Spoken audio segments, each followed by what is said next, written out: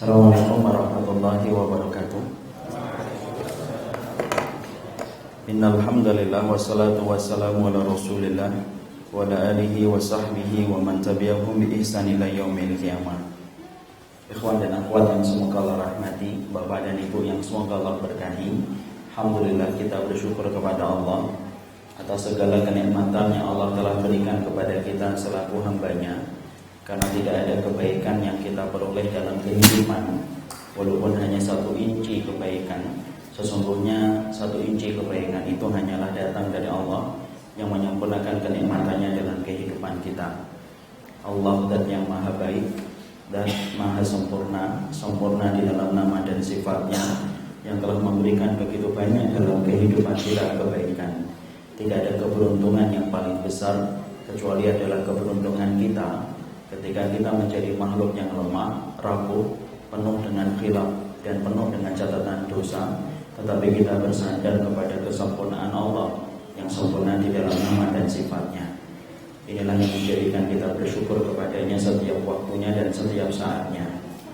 Tentunya yang kita syukuri bukan hanya kenikmatan sandang ataupun papan ataupun pangan, karena kenikmatan ini hakikatnya dibagi rata. Si mukmin dengan si kafir sama-sama mendapatkan kenikmatan sandang, papan ataupun pangan. Tetapi yang betul-betul yang kita syukuri adalah ketika kita diberikan kenikmatan yang lebih dahsyat daripada kenikmatan sandang ataupun papan, yaitu adalah ketika kita diberikan kenikmatan ilmu, walaupun tidak kasat oleh mata, walaupun tidak mampu untuk dirasakan oleh panca indera, tetapi kenikmatan ilmu dan kemudahan di dalam ibadah merupakan kenikmatan yang mewujud menjadi kunci untuk membukanya surga. Karena surga itu tidak akan mungkin diraih bagi orang yang tidak mendapatkan ilmu yang merujuk kepada Nabi dan para sahabat, dan tidak mungkin akan didapatkan bagi orang yang tidak dimudahkan dalam ibadah. Inilah yang dimaksudkan di dalam kata hasanah di dalam diri kita ketika merangkai doa kepada Allah, Rabbana atina fid dunya hasanah wa fil akhirati hasanah. Kata hasanah di dalam doa ini artinya bukan harta, bukan materi, tetapi artinya hasanah pada rangkaian doa yang kita panjatkan dengan ayat itu. Artinya adalah dikatakan oleh Hasan al-Basri, al-ilmu wal ibadah, yaitu adalah orang yang mereka diberikan kenikmatan ilmu dan ibadah, maka itulah orang yang mendapatkan kata hasanah dalam kehidupan dunia. Jangan pernah mengharapkan seorang manusia ketika membayangkan dia akan mendapatkan hasanah yang kedua, yaitu adalah surga, kalau dia tidak mendapatkan hasanah yang pertama, yaitu adalah ilmu dan ibadah. Itulah yang dijelaskan oleh Hasan al-Basri untuk menunjukkan betapa besarnya kenikmatan hasanah dalam kehidupan dunia. Karena barang siapa yang telah menggenggam ilmu dan ibadah, maka dia terbebas dari 2 penyakit. Penyakitnya Nasara dan penyakitnya Yahudi. Nasara itu penyakitnya adalah mereka beramal tanpa ilmu. Adapun penyakitnya Yahudi yaitu adalah mereka berilmu tetapi mereka tidak beramal. Seorang mukmin mereka menggenggam di antara 2 sayap, yaitu adalah sayap ilmu dan sayap ibadah. Dan itulah kata hasanah yang kita betul-betul syukuri ketika Allah mudahkan dalam kehidupan kita. Dan itulah kenikmatan yang Allah tidak berikan kecuali hamba yang Allah pilih dan Allah ridhoi dalam kehidupannya. Ikhwan-ikhwan yang semoga Allah rahmati, alhamdulillah kita bertemu dalam kesempatan hari ini. Walaupun tadi kata moderator saya datang dari jauh, salah, saya datang dari tempat yang dekat ya, karena sama-sama Bekasi. Dan kemudian ini adalah pertemuan, kemudian mungkin setelah beberapa lama kita tidak bertemu dan tidak bersua, walaupun cuacanya kurang mendukung untuk kemudian bertemu dan bersua. Harusnya di rumah ditemani dengan nasi goreng dan pisang goreng dan teh hangat. Tapi tidak apa-apa, di sini sudah dapat susu hangat, lumayan. Walaupun tidak ada pisang gorengnya dan tidak ada nasi gorengnya. Mungkin habis kajian mungkin. Allah Alhamdulillah. Tapi semoga Allah memberikan kepada kita pahala yang banyak, karena sesungguhnya besarnya ujian menjadikan besarnya pahala. Inna idzamal jazai ma idzamil bala. Besarnya pahala itu disertai dengan besarnya ujian yang didapatkan. Tapi kalau antum tadi datangnya gampang, ya berarti pahalanya lebih sedikit kalau sama-sama ikhlas. Ikhwan yang semoga Allah rahmati dan Allah berkahi. Dalam kesempatan hari ini kita akan bicara tentang masalah sirah ya, tanpa menafikan materi-materi akidah, materi-materi yang penting dalam masalah tafsir ataupun hukum-hukum yang berkaitan tentang dan hukum-hukum yang berkaitan tentang syariat. Tetapi dalam kesempatan hari ini kita akan bicara dan kita akan menjelaskan tentang salah satu sirah di antara sahabat besar yang merupakan sahabat yang telah diberikan banyak keutamaan yang melekat pada dirinya. Tidaklah sahabat yang ketika berjalan kecuali bayang-bayang yang dia miliki adalah bayang-bayang keutamaan. Membicarakan orang ini adalah membicarakan tentang penduduk langit yang diridhai oleh Allah dan Rasul-Nya, dan membicarakan orang ini layaknya membicarakan tentang aroma yang sangat wangi sehingga hampir-hampir tidak ada aib dan tidak ada khilafnya, kecuali beliau tetap manusia biasa setelah kesempurnaan Rasul. Sebelum kita membicarakan secara menukik tentang pribadi yang akan kita jelaskan dalam kesempatan malam kali ini, maka sebelumnya kita harus mengetahui apa pentingnya bagi kita belajar sirah. Karena ternyata hari ini banyak kader-kader yang mereka memiliki kelemahan di dalam masalah sirah.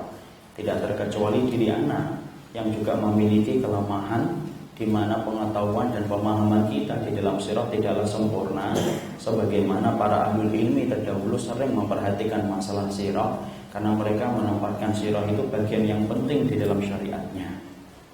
Tentunya kalau kita menjelaskan satu persatu akan panjang dan tentunya membutuhkan waktu tersendiri kalau kita bicara tentang keutamaan sirah. Tapi setidaknya ketika kita membicarakan sirah, kalau boleh saya ilustrasikan ataupun kita boleh datangkan dengan sebuah kias, sesungguhnya sirah itu sebagaimana kita berada pada kebun yang sangat rimbun, rindang, di mana buahnya itu manis. Kalaupun matahari sedang terik, maka antum akan mendapatkan teduhnya pohon-pohon itu ketika rimbun daun-daunnya. Dan ketika antum haus, antum kemudian mampu memetik buah yang manis untuk menghilangkan dahaga dan hausnya antum. Sirah sebagaimana ketika kita duduk di antara taman-taman yang penuh dengan buah-buah yang manis. Segala kehidupan yang berkaitan tentang sirah, baik itu dalam kehidupan Nabi ataupun kehidupan para sahabat ridwanullah alaihim, memberikan banyak kebaikan dalam kehidupan. Dan harusnya kita paham banyak pertanyaan yang kita miliki sebenarnya terjawab ketika kita memahami sirah dengan sempurna. Inilah pentingnya bagi kita membicarakan tentang sirah. Walaupun harusnya kita membicarakan dari awal, membicarakan tentang sirah, kedahsyatan sirah dan yang lainnya, tetapi apalah jua, waktu terbatas tidak bisa menjadikan kita membahas secara rinci, urut dan sistematik ketika membicarakan sirah. Karena itulah hilangnya keberkahan waktu hari ini ketika kita sedikit memiliki waktu padahal ilmu yang kita ingin dapatkan seluas samudra. Tapi setidaknya antum harus paham kenapa kita ini belajar sirah. Karena sesungguhnya yang pertama, sesungguhnya kita belajar sirah karena kita belajar untuk mencintai orang yang dicintai oleh Allah dan Rasul-Nya. Karena kita paham dan kita mengerti, Imam Ibnu Qayyim itu berkata, para pelakon cinta kepada Rabb-Nya tidak akan benar cintanya sampai mereka membuktikan dengan 4 perkara. Di antara 4 perkara itu apa? Mahabbatu man yuhibbuhumullahu wa rasuluhu. Di antara 4 syarat yang disebutkan oleh Imam Ibnu Qayyim ketika engkau adalah pelakon cinta kepada Rabb-Mu, maka salah satunya di antara 4 poin itu adalah kamu mencintai siapapun yang dicintai oleh Allah dan Rasul-Nya. Dan tidak ada generasi terdepan yang patut untuk kita cintai setelah generasi para nabi dan para rasul kecuali adalah para sahabat. Dan bagaimana kita akan mencinta kalau kita tidak mengenal?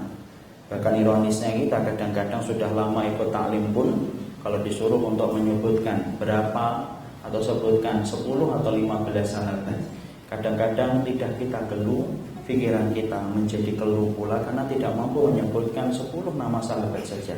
Belum sirahnya, belum nama istrinya. Nah itu juga menjadi lebih panjang lagi. Biasanya kalau ditanya tentang sahabat 10, yang paling Umar bin Khattab, Abu Bakar, Utsman, Ali, Abdurrahman bin Auf. Mentok, ulangi lagi Abu Bakar, Utsman, Ali. Yang namanya ketawa getir ini kayak gini.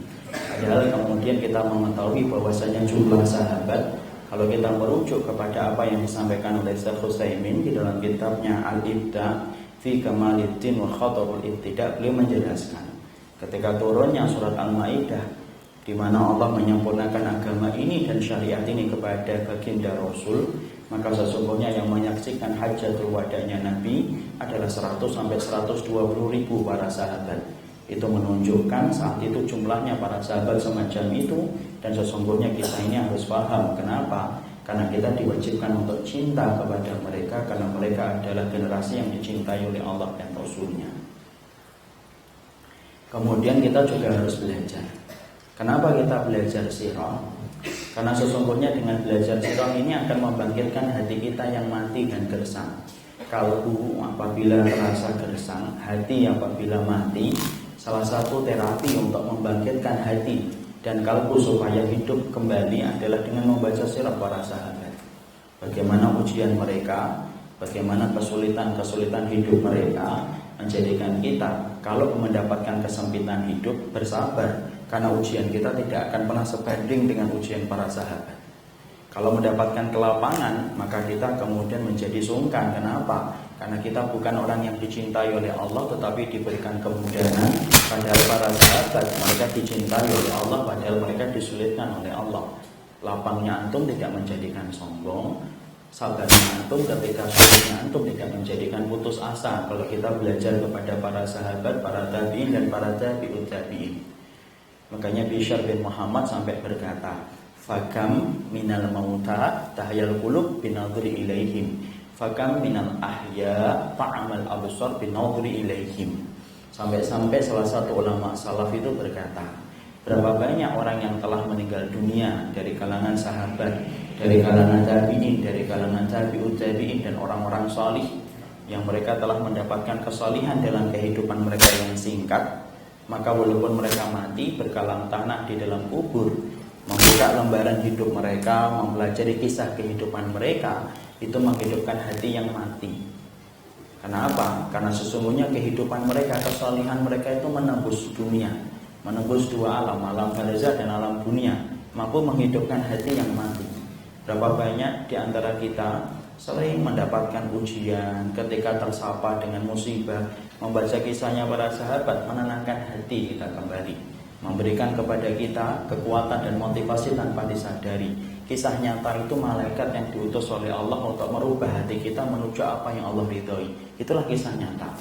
Dan para sahabat kisah nyata, bukan skenario, bukan khayali, bukan hayalan-hayalan tingkat tinggi, tapi betul-betul manusia langit yang pernah hidup di atas muka bumi. Mempelajari mereka menghidupkan hati, kata Bishr bin Muhammad.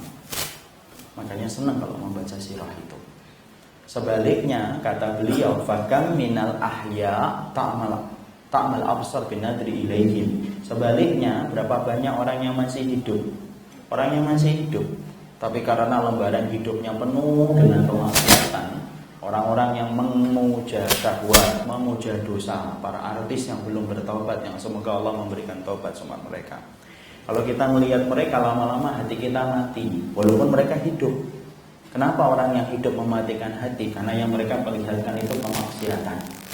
Makanya Masya Allah, inilah yang menjadikan kita akhirnya faham bahwasanya ternyata ketika kita mempelajari kisahnya para sahabat, siapapun mereka, maka sesungguhnya kita akan hidup kembali hatinya dan mendapatkan motivasi dalam menjalani sisa hidup kita. Apapun yang datang dalam teras kehidupan kita, entah disulitkan, maka kesulitan antum tidak akan pernah sebanding dengan kesulitan para sahabat.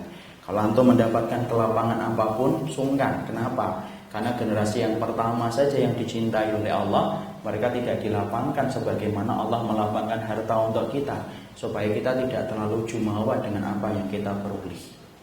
Antum pernah tahu ikhwan, Abdurrahman bin Auf dikisahkan di dalam salah satu kitabnya Sirah Mahmud Misri. Dia menukil dari riwayatnya Ibnu Hisham. Seorang Abdurrahman bin Auf itu ketika beliau meninggal dunia, ikhwan, tidak main-main ikhwan. Kekayaan dan kelapangan harta yang beliau miliki berapa?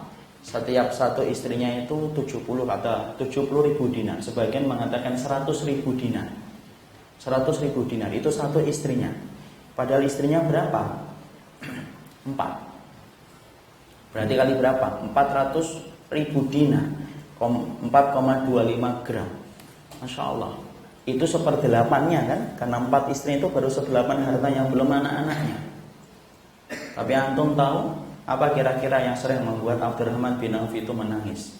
Ternyata seorang sahabat Abdurrahman bin Auf itu membuat beliau menangis, yaitu adalah ketika beliau makan dalam keadaan yang lebih enak, kurma yang lebih besar, maka kemudian termasuk salah satu sahabat yang mengingat bagaimana lika-liku pengorbanan para sahabat terdahulu yang telah mendahului mereka, kayak Mus'ab bin Umair, kayak Hamzah. Maka kemudian Anas bin Malik itu sering berkata, kurma yang kita makan tidak sama dengan kurma yang dimakan oleh Mus'ab bin Umair. Makanan kita hari ini tidak sama dengan makanan yang pernah dimakan Rasul. Masya Allah. Ternyata kemudian apa yang menjadikan kemudian Abdurrahman bin Auf langsung nangis, netes air matanya. Antum tahu apa yang menjadikan seorang Abdurrahman bin Auf itu nangis kalau disebutkan tentang itu? Maka beliau itu kemudian menangis karena beliau teringat dengan sahabatnya. Itu yang pertama. Yang kedua, beliau akhirnya khawatir, jangan-jangan kemudahan harta yang beliau dapatkan itu hanyalah untuk membalas ibadah beliau di dunia, dan beliau khawatir jangan-jangan nanti di akhirat sudah tidak ada lagi balasan untuk saya karena Allah sudah menyempurnakan nikmatnya hidup kepada saya. So, sensitif banget terhadap iman. Itulah Abdurrahman bin Auf. Ngerti kan? Kalau kita ngerti kayak gitu, Masya Allah, kita makan. Kalau kita tidak ingat para sahabat, maka sesungguhnya artinya apa? Kita selalu merasa menjadi makhluk yang paling sengsara dan paling menderita. Enggak. Sesungguhnya yang paling sengsara dalam hidup itu sahabat, ikhwan. Makanya Abdullah bin Abi Aufa radhiyallahu anhu sampai berkata, menceritakan bagaimana lika-liku perjuangan Nabi dan para sahabat di awal-awal Islam. Sampai-sampai ketika di Madinah mereka pun masih kesulitan, tidak kemudian mudah keadaan. Sampai-sampai Abdullah bin Abi Aufa radhiyallahu anhu berkata, "Kunna ghazawna ma'a Rasulillah sab'a ghazawatin wa naqulul jarrad." Kami itu 7 kali perang sama Rasul, 7 kali perang sama Rasulullah. Tidak ada makanan yang kami konsumsi ketika kami perang bersama Nabi kecuali satu yang kami makan, jarrad, belalang, tidak punya lagi. Masya Allah, itu Rasul, para sahabat, ikhwan. Kapan sih para sahabat itu mendapatkan kelapangan harta? Antum kan sering baca kan santri-santri, yaitu ketika waktu Khaybar sudah dibuka, maka kemudian berbondong-bondong kemudian itu didapatkan, karena itu membayar atas kesabaran mereka ketika mereka sabar ngikutin Nabi dalam sulhul Hudaybiyah, sampai Allah kemudian janjikan kepada dia, wa'adakumullahu maghanima katsiratan ta'khudunaha fa'ajjala lakum hadhihi wa kaffa aydiyan nas ankum wa litakuna ayatan lil mu'minina wa yahdiyakum siratan mustaqima. Setelah sulhul Hudaybiyah, mereka marah ketika mereka tidak jadi haji, mereka pulang kan, diberikan oleh Allah yaitu adalah janji, yaitu Khaybar, dan mereka mendapatkan kurma yang gede itu ketika di Khaybar itu. Maka dengan membaca itu apa yang terjadi akan membangun kepada kita sikap supaya kita mampu memiliki motivasi dalam hidup ketika kita merujuk kepada mereka, karena kehidupan mereka itu menghidupkan hati kita. Ya. Dan kisah-kisah nyata mereka pun akan membangkitkan hati kita kalau menetapkan satu cita-cita. Karena ingat ikhwan, sesungguhnya rata-rata cita-cita para sahabat itu simpel, sederhana. Kalau antum-antum kan kita hari ini kalau nggak ditanya cita-cita kan macam-macam kan. Pengen jadi hacker, ya. Selalu jawabannya santri kayak gitu. Saya juga nggak ngerti. Saya dulu termasuk orang yang di pondok juga kalau ditanya pengen apa, jadi hacker. Padahal nggak paham hacker itu apa. Kelihatannya keren aja. Kalau kemudian para sahabat itu sederhana betul, mereka itu memandang hidup. Rata-rata para sahabat, ikhwan, permintaan akhirat mereka itu mendominasi daripada permintaan dunia mereka. Tapi perhatikan dahsyatnya mereka itu apa? Segala permintaan akhirat mereka itu dikabulkan oleh Allah. Kenapa? Bersihnya hati mereka dan tulusnya hati mereka menetapkan niat karena Allah sampaikan mereka kepada apa yang mereka niatkan. Mempelajari kisah itu memberikan motivasi dalam urusan akhirat kita. Contoh siapa Ustaz? Abdullah bin Haram, pinginnya apa? Mati syahid. Allah kasih mati syahid, Allah muliakan Abdullah bin Haram ketika mati syahid. Satu-satunya manusia yang mampu melihat wajahnya Allah, kifahan. Kifahan itu tanpa wajah, tanpa satar, tanpa hijab. Siapa sahabat yang meninggal sebelum tegak hari kiamat tetapi mampu melihat wajahnya Allah kifahan, wajah dengan wajah, face to face, tanpa hijab, tanpa satar? Abdullah bin Haram. orang tua yang menjadi bapaknya Jabir bin Abdullah yang berjihad mati-matian, sampai-sampai bencinya mereka orang musyrikun kepada Abdullah bin Haram itu sampai mereka hampir memutilasi, sampai kupingnya aja tidak ketahuan di mana, kata Imam Ibnu Katsir ketika akan dimakamkan. Tapi ternyata Allah memuliakan, zamanna ali ya utika, kamu minta apa Abdullah bin Haram aku kasih. Coba kalau kita tidak belajar kisah itu, kita tidak punya motivasi untuk mati syahid di jalan Allah dengan cara yang benar. Kita mendapati ada Arab Badui yang minta kepada Rasulullah ketika dibagikan ghanimah, kan tidak suka. Dalam riwayat Abu Dawud, Arab Badui ketika dibagikan ghanimah ikut perang, tidak suka. Lalu kemudian dia bertanya kepada para sahabat yang menyampaikan ghanimah itu kepadanya, "Ma hadhihi, apa ini?" "Hadhihi ghanimatun qasaman nabiyyu laka." Lalu dijawab oleh para sahabat, "Loh, ini ghanimah yang dibagikan Rasul sama dirimu. Ambil ini, ambil." Lalu kemudian ternyata Arab Badui itu tidak suka. Ini sahabat Afwan, walaupun tidak dikenal namanya. Saya mencari-cari dalam syarahnya itu namanya siapa, tidak dikenal, tidak disebutkan oleh para ulama. Masya Allah ya, banyak penduduk langit yang mereka tidak dikenal di dunia. Digenggam itu kemudian harta ghanimah tersebut. Padahal antum tahu kan harta yang paling bersih itu harta apa? Ghanimah. Ju'ilat riziki tahta dilali suyufi. Dijadikan rezeki di bawah kilatan pedang. Harta yang paling bersih dari noktah syubhat, noda haram itu ghanimah. Sunnah yang ditinggalkan dan tidak pernah disampaikan. Kemudian diraup, dibawa kepada Nabi, diletakkan di hadapan Rasul. "Ya Rasulullah, ma hadhihi?" Apa ini ya Rasulullah? Kemudian dijawab oleh Rasulullah, "Hadhihi ghanimatun qasamtu laka." Ini ghanimah yang saya bagikan kepada dirimu karena kamu ikut dalam perang. Ghanimah ikhwan, bersih. Rasulullah mendapatkan 1/5 kok. Enggak main-main kan kebersihannya, sampai Rasul aja dapat. Tapi lihat pernyataan orang itu. La urituha ya Rasulullah, wa ini sahada ittabatuka. Saya tidak mau ya Rasulullah, dan saya tidak ingin gara-gara ini saya itu berperang sama engkau, itu tidak karena ini ya Rasul. Itu Arab Badui, sederhana dia hidupnya, pandangannya juga hidupnya sederhana. Rasulullah cuma nanya, apa sih yang kamu inginkan? Loh, saya itu pengen mati an urmiya bisahmin, saya itu pengen terkena panah. Dalam satu riwayat saya pengen terkena tombak. Di sini ya Rasulullah, lalu saya tersungkur mati gugur di jalan Allah. Rasulullah bersabda singkat, "Intasduqillaha yasduqka." Kalau jujur apa yang kamu ucapkan karena Allah, Allah akan mewujudkan apa yang kamu niatkan. Terwujud atau tidak? Terwujud. Arab Badui itu dalam perang berikutnya akhirnya meninggal dunia, gugur, yaitu tertancap panah di salah satu bagian lehernya, sampai Rasulullah ketika mendapati, Rasulullah kemudian mengkafaninya, Rasulullah kemudian mensolatinya, dan selepas sholat beliau berdoa yang didengarkan oleh para sahabat. "Allahumma hadza abduka kharaja muhajiran fi sabilika faqatala hatta qutila wa ana syahidun ala dzalika." Ya Allah, ini hambamu keluar, dia berjihad, berhijrah bersamamu, dia berperang sampai terbunuh. Ana yang akan jadi saksi untuknya kelak pada waktu hari kiamat. Sembari Nabi kemudian menghangatkan atau membungkusnya dengan jubahnya Rasul. Masya Allah. Itu adalah siapa? Arab Badui. Kalau kita tidak pernah baca kayak gitu, kita kan nggak ada motivasi untuk menetapkan cita-cita besar dalam urusan akhirat kan? Ada Asim bin Sabit, permintaannya apa? Sederhana, pengennya kalau mati tidak terjamah sama orang musyrikun, dibayar kontan sama Allah, dibayar kontan sama Allah.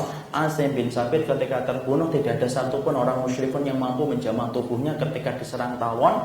Setelah tawon itu kembali ke sarangnya, maka turun hujan yang lebat yang menyeret jasadnya sampai sekarang tidak ketahuan di mana tempatnya. Dikabulkan oleh Allah. Sebagaimana kisah lagi yang disampaikan oleh Imam Az-Zahabi. Imam Az-Zahabi itu pernah menukilkan satu riwayat. Ada 4 pemuda duduk di depan Hijr Ismail. Abdullah bin Umar, lalu kemudian Abdullah bin Zubair, Urwah bin Zubair, Mus'ab bin Zubair. Lalu kemudian mereka ketika di depan Hijr Ismail, kemudian mereka berkata, "Ayo kita gantungkan cita-cita kita di hadapan Ka'bah yang menjadi saksinya atas apa yang kita minta." Satu persatu akhirnya menyebutkan permintaannya, Ikhwan. Dimulai dari Abdullah bin Zubair, ini putranya Zubair bin Awam. Apa permintaannya? Abdullah bin Zubair itu, saya ingin menjadi khalifah. Tidak main-main jadi khalifah, menjadi imaman lil muttaqin, amirul mukminin. Yang kedua, Urwah bin Zubair, saya ingin menjadi orang yang alim, yang kemudian saya bisa menyebarkan faedah ilmu. Yang ketiga, saya ingin menjadi pemimpin Irak, Mus'ab bin Zubair. Saya ingin menjadi pemimpin Irak dan saya ingin menikahi 2 wanita, Aisyah binti Tolha dan kemudian Sukainah binti Husain. Siapa itu Ustaz? Dua wanita cantik yang terkenal dengan kepandian dan kepintarannya. Masya Allah. Santri-santri udah tawa aja. Salah saya menyampaikan di sini. Antum tahu ikhwan? Masya Allah, dikabulkan kontan. Sebelum kita membahas itu, Abdullah bin Umar apa? Abdullah bin Umar lirus, dia berkata, saya ingin diampuni dosanya oleh Allah. Itu saja. Ternyata kemudian Al-Dhahabi mengabadikan bagaimana empat-empatnya itu tiga-tiganya dikabulkan oleh Allah. Abdullah bin Zubair kemudian menjadi pemimpin selama 9 tahun khalifah. Urwah bin Zubair salah satu ulama besar. Beliau termasuk di antara tabi'in yang paling banyak mengambil riwayat dari ibunda Aisyah radhiyallahu anha. Dan kemudian siapa yang terakhir yang antum tadi senangin? Yang terakhir adalah Mus'ab bin Zubair, betul-betul menikah dengan dua wanita yang sangat cantik dan terkenal dengan kepintarannya. Siapa tadi? Aisyah binti Talha dan Sukainah binti Husain. Hafal ya namanya, Masya Allah ya. Baru disebutkan sekali langsung hafal ya. Ternyata bagaimana dengan permintaan dengan Abdullah bin Umar bin Khattab radhiyallahu anhu? Imam Az-Zahabi kemudian berkata, saya berprasangka besar sesungguhnya Allah mengabulkan permintaannya sebagaimana Allah telah mengabulkan 3 permintaan sahabatnya yang berdiri di depan, yang duduk di depan Hijr Ismail dan meminta semua urusan akhirat dan dikabulkan oleh Allah. Itu motivasi namanya. Kalau kita tidak mempelajari sirahnya para sahabat, ikhwan, lewat kan, kita tidak akan ngerti tentang masalah-masalah itu. Akhirnya apa? Lesu kehidupan kita kalau kita tidak punya satu figur yang bisa kita jadikan menjadi panutan dalam kehidupan kita.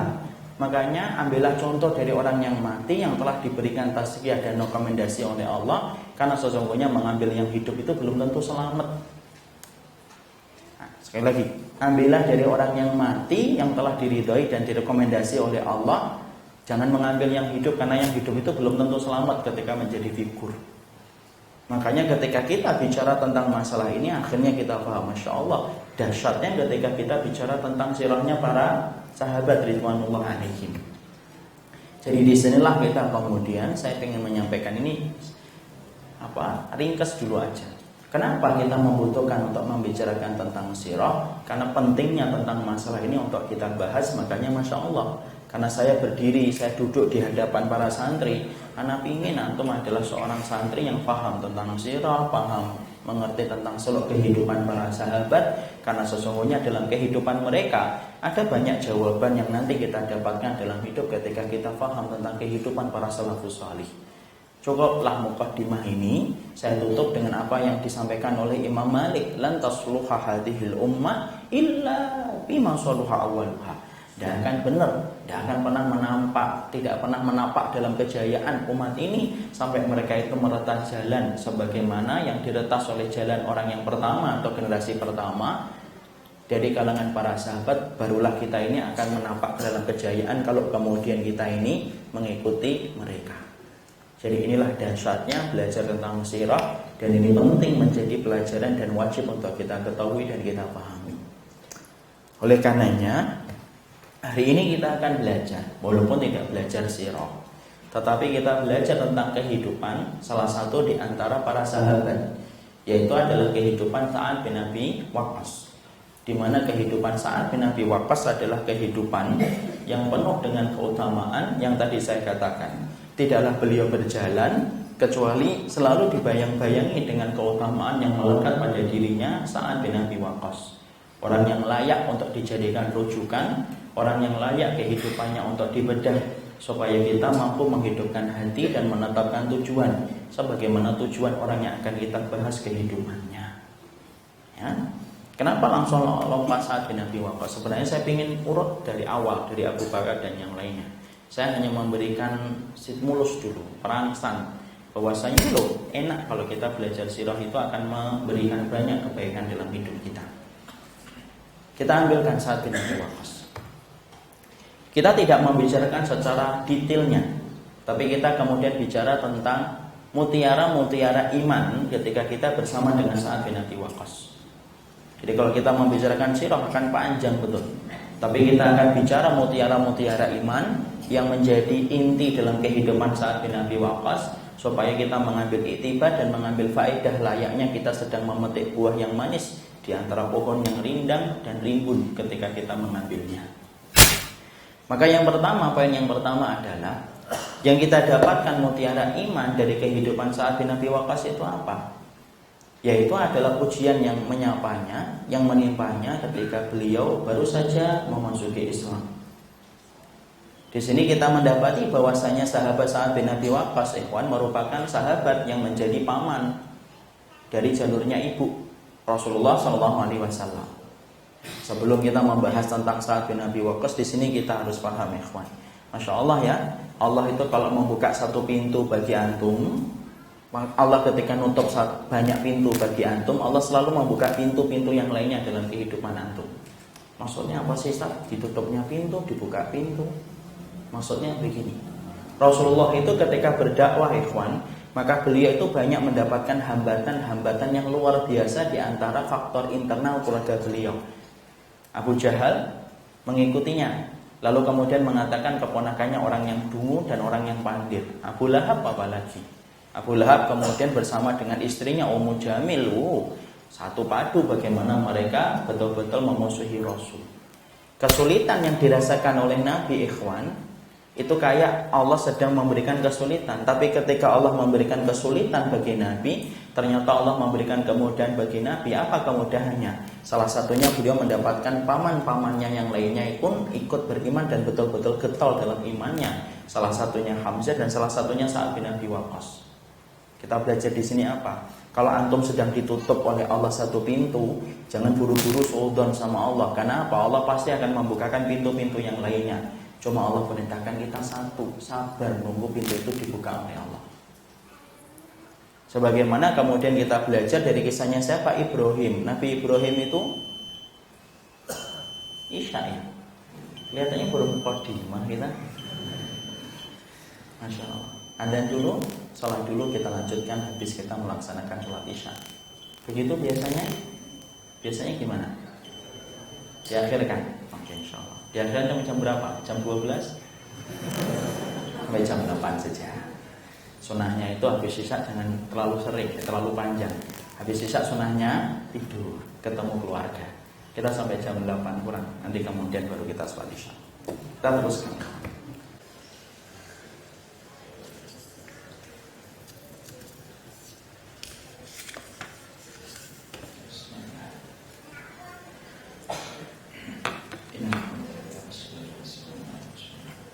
Kita lanjutkan, ikhwan. Kita mendapati bahwasannya di antara faedah dan mutiara iman yang dimiliki oleh Sa'ad bin Abi Waqqas, yaitu adalah ketika beliau pertama kali mendapatkan ujian yang menyapa kehidupan beliau ketika beliau mengikrarkan keislaman. Beliau memiliki seorang ibu yang sangat mencintai Sa'ad. Tentunya ketika beliau mencintainya dengan kebodohan beliau untuk tetap menginginkan Sa'ad bin Abi Waqqas berada pada agama nenek moyangnya. Namanya adalah Hamnah binti Sofyan bin Umayyah.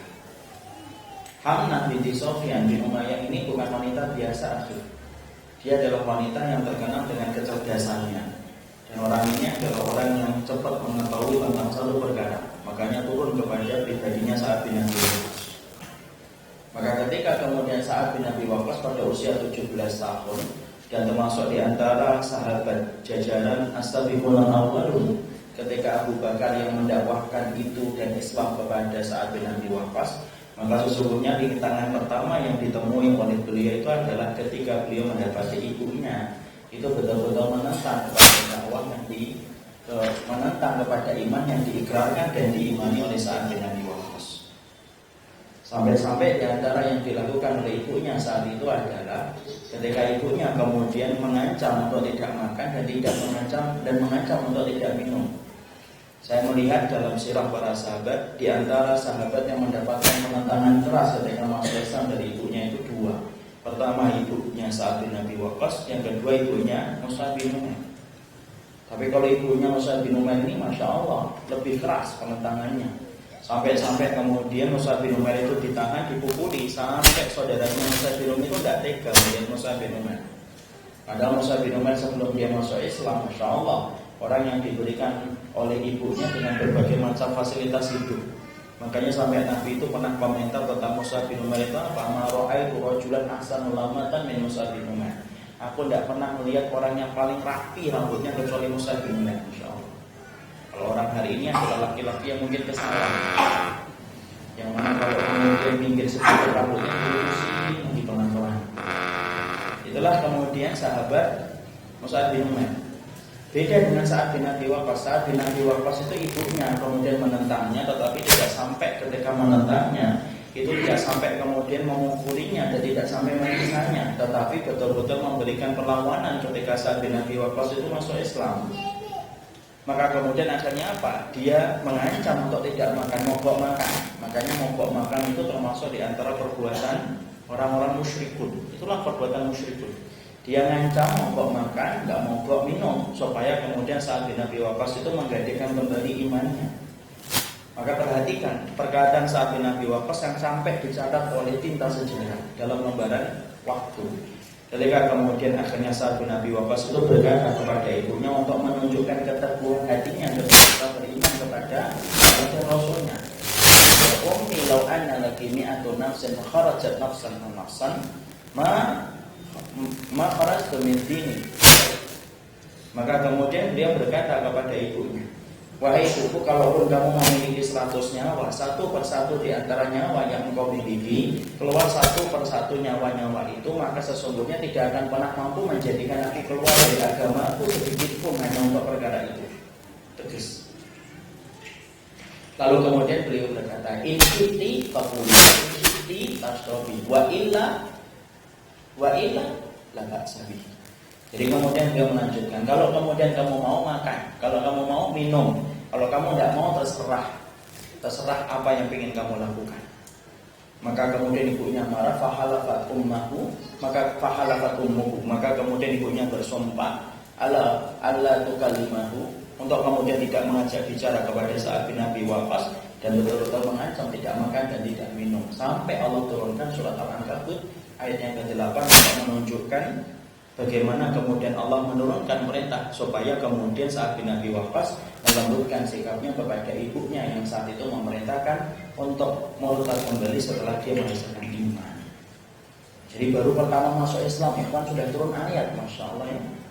Baru pertama masuk Islam, untuk menunjukkan betapa keteguhan iman yang dimiliki oleh Sa'ad bin Abi Waqqas itu betul-betul akhirnya menurunkan ayat. Tidak main loh ikhwan, tidak semua sahabat itu berhasil menjadikan kehidupan mereka itu turun ayat, kecuali beberapa sahabat saja. Di antara sahabat yang paling banyak kehidupannya itu menjadi sebab turunnya ayat itu sahabat siapa? Umar bin Khattab radhiyallahu anhu. Tapi Sa'ad bin Abi Waqqas, orang yang baru masuk Islam, itu sudah berhasil menjadikan beliau kehidupannya Allah turunkan satu ayat untuk menunjukkan satu hukum bagaimana bermuamalah dengan orang tua ketika mereka syirik dan menyuruh anaknya, yaitu adalah mengeluarkan anaknya dari kesyirikan. Di sini ikhwan, apa yang kita dapati? Di sini yang kita dapati pelajaran yang penting dalam kisah yang pertama ketika kita mendapati kisahnya Sa'ad bin Abi Waqqas itu apa? Yang kita dapatkan adalah bahwasanya kehidupan ketika kita telah menetapkan iman di dalam panggung kehidupan kita. Ingat, iman itu selalu menjadi magnet untuk menarik setiap ujian. Tidak ada orang yang beriman yang sepi dari ujian, itu tidak ada. Karena panggung kehidupan itu banyak ujiannya, banyak kerikilnya, banyak paku yang siap melukai kaki kehidupan kita ketika itu beriman. Orang yang tidak beriman biasanya nggak dapat banyak ujian, tapi ketika telah beriman justru banyak ujiannya.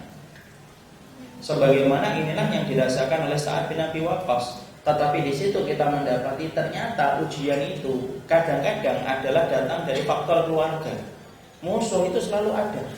Selalu nggak ada musuh di dalam dakwah itu. Pasti musuh itu ada, ikhwan.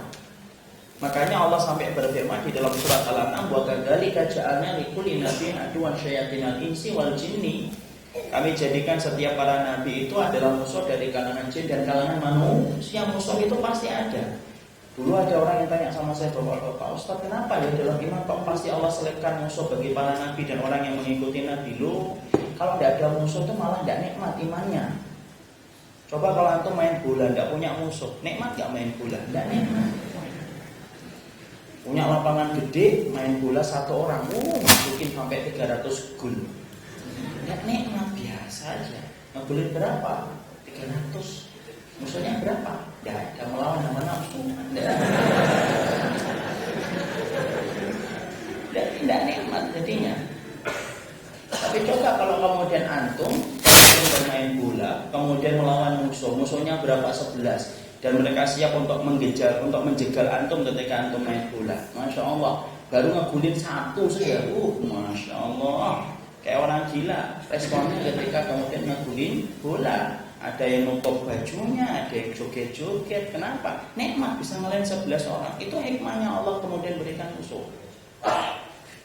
Makanya kemudian jangan buru-buru menganggap kok dijadikan musuh sih. Hikmahnya apa? Allah itu kalau menetapkan segala sesuatu itu ada hikmahnya. Cuma kita terlalu bodoh untuk menangkap hikmahnya Allah berikan. Kembali kepada saat, maka musuh saat itu pertama kali ibunya. Sama, kita pun pasti punya musuh, ikhwan. Dan kita harus menyadari ternyata musuh itu kadang-kadang datang dari keluarga yang paling dekat dengan kita. Makanya jangan kaget, supaya kemudian kita mampu merespon dengan indah ketika kita mendapatkan ujian datang justru dari orang yang cintai dalam teras kehidupan kita yang paling dekat. Makanya kalau kita membacanya, ayo kita baca ini dalam surat At-Taubah 24. Dalam surat At-Taubah 24 Allah berfirman, "Qul in kana aba'ukum wa abna'ukum wa ikhwanukum wa azwajukum wa ashiratukum." Ya. Katakanlah, jika kemudian anak-anakmu, bapak-bapakmu, kemudian saudara-saudaramu, pasangan-pasangan hidupmu, keluarga besarmu. Allah menyebutkan 8 perkara yang menghambat kita dari Allah dan Rasulnya dan jihad di jalan Allah dalam surat At-Taubah 24. 5 Allah sebutkan itu apa? Anggota keluarga kita yang paling dekat, teras kehidupan kita yang paling dekat itu justru disebutkan 5 itu teras kehidupan kita yang paling dekat. Itu ketika Allah menyebutkan surat At-Taubah 24. Tapi beda loh ketika Allah menyebutkan tentang surat At-Tahrim ayat yang ke-6. Baca akhir.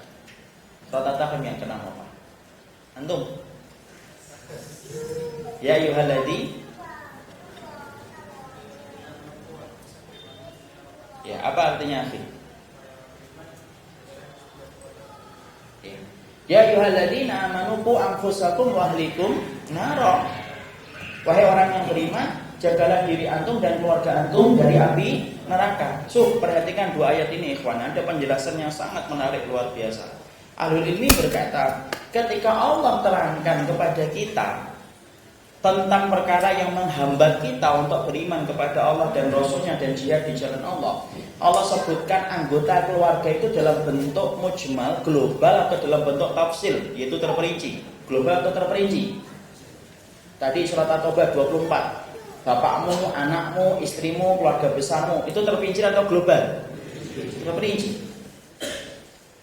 Tapi ketika Allah sebutkan tentang surat At-Tahrim ayat yang ke-6, ketika Allah mengatakan ya ayyuhalladzina amanu qu anfusakum wa ahlikum nara. Di situ Allah menyebutkan global atau terperinci? Global.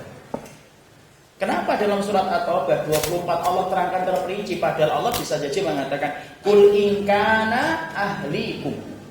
Kalau kemudian keluargamu sudah cukup itu.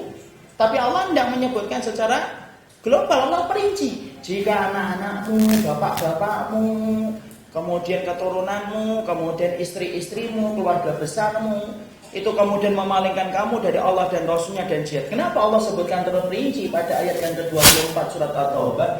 Karena sesungguhnya ikhwan, mereka anggota keluarga kita yang paling dekat dalam teras kehidupan kita. Jangan kaget kalau ternyata mereka itu akan menjadi musuh yang pertama ketika kita beriman kepada Rabb, ketika menetapkan pilihan kebenaran dalam panggung hidupnya kita.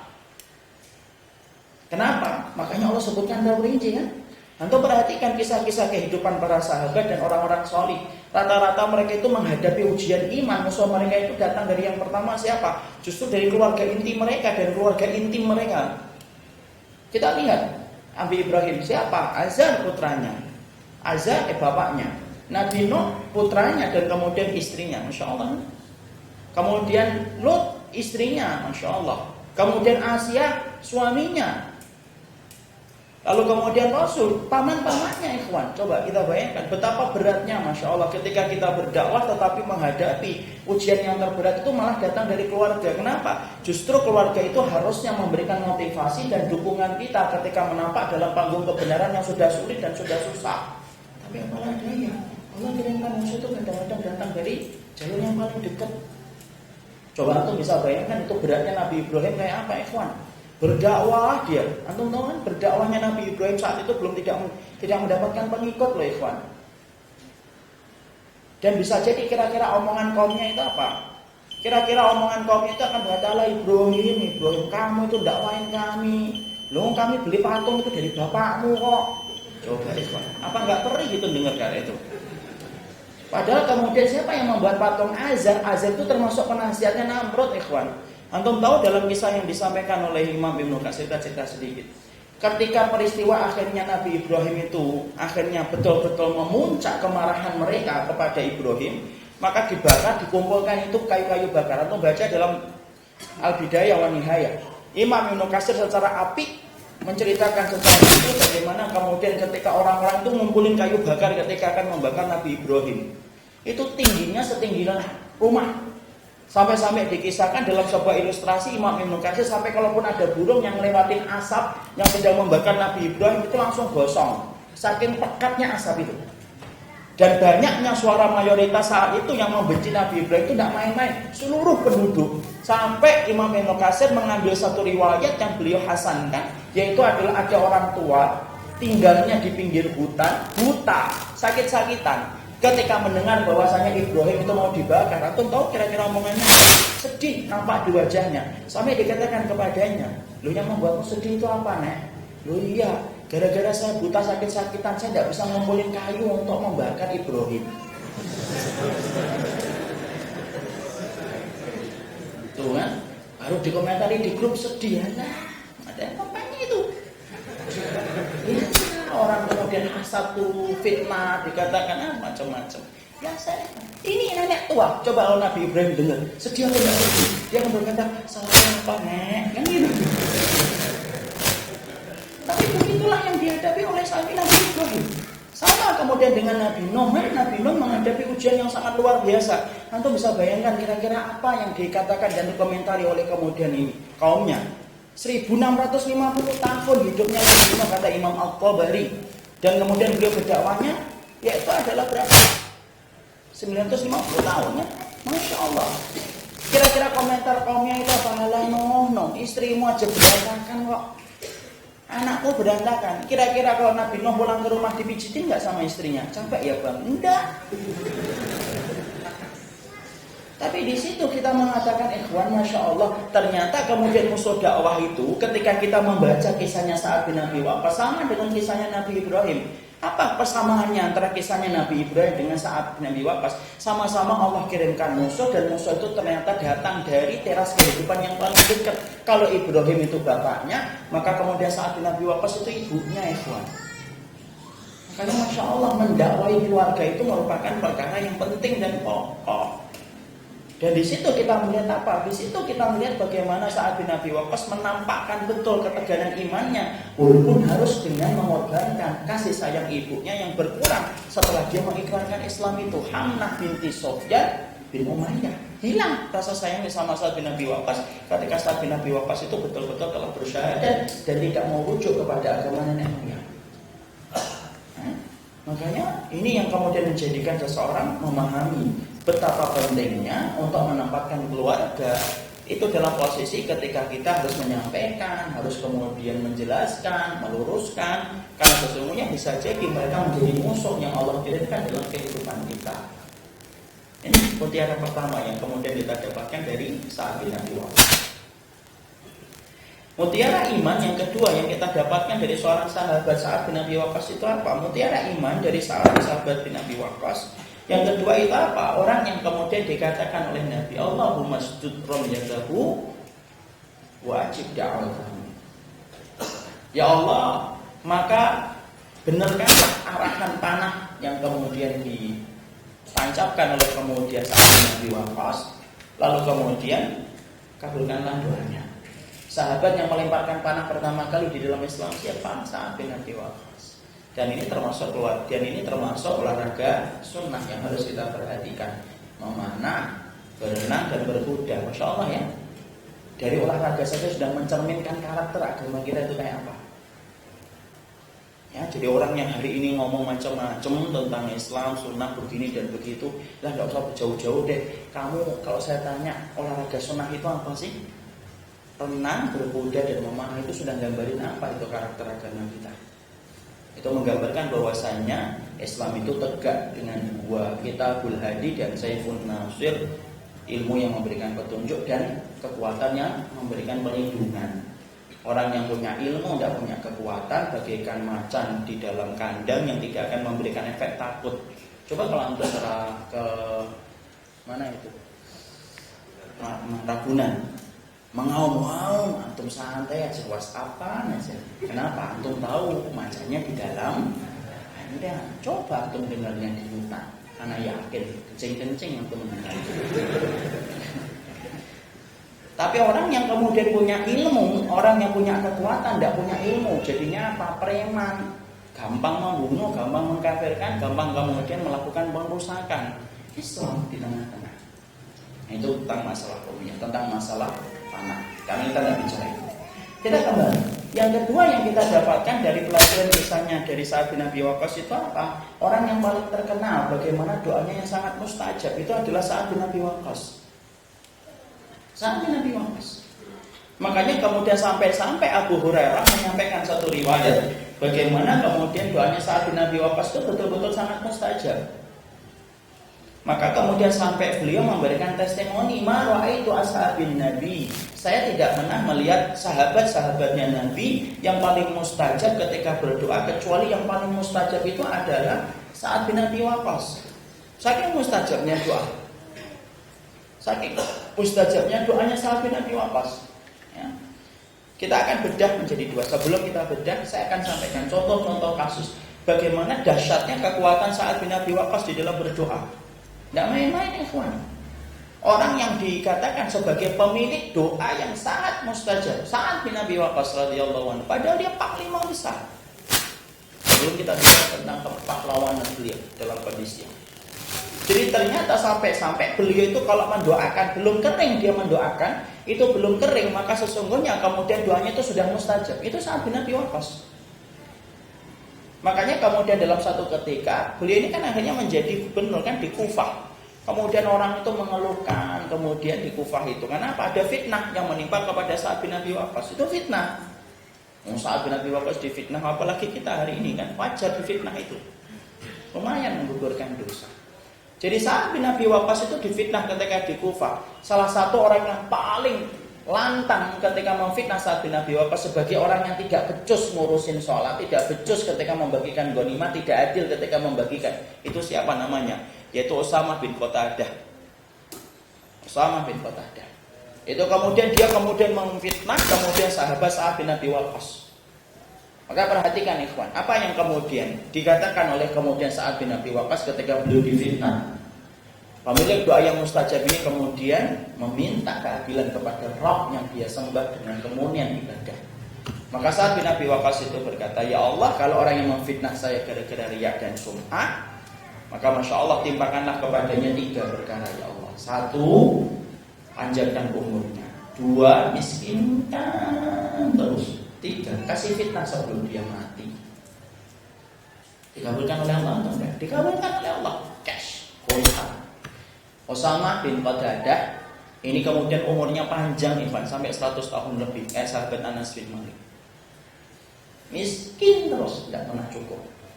Dan kemudian mendapatkan fitnah apa? Fitnahnya apa? Sudah tua sampai alisnya ketemu saking tuanya.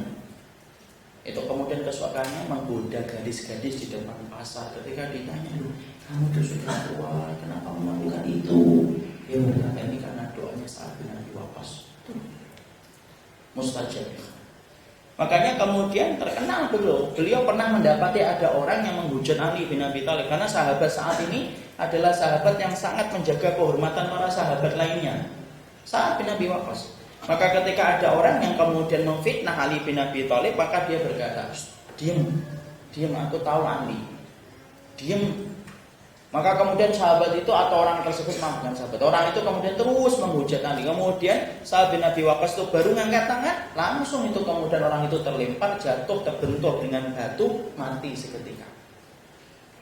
Makanya Masya Allah. Maka sampai Umar bin Khattab saja itu kemudian ketika berhadapan dengan Sa'ad bin Abi Waqqas, Umar bin Khattab saja ngerti bagaimana doanya Umar bin Khattab, doanya Sa'ad bin Abi Waqqas itu mustajab betul. Itu Umar yang mengakui, Umar ikhwan.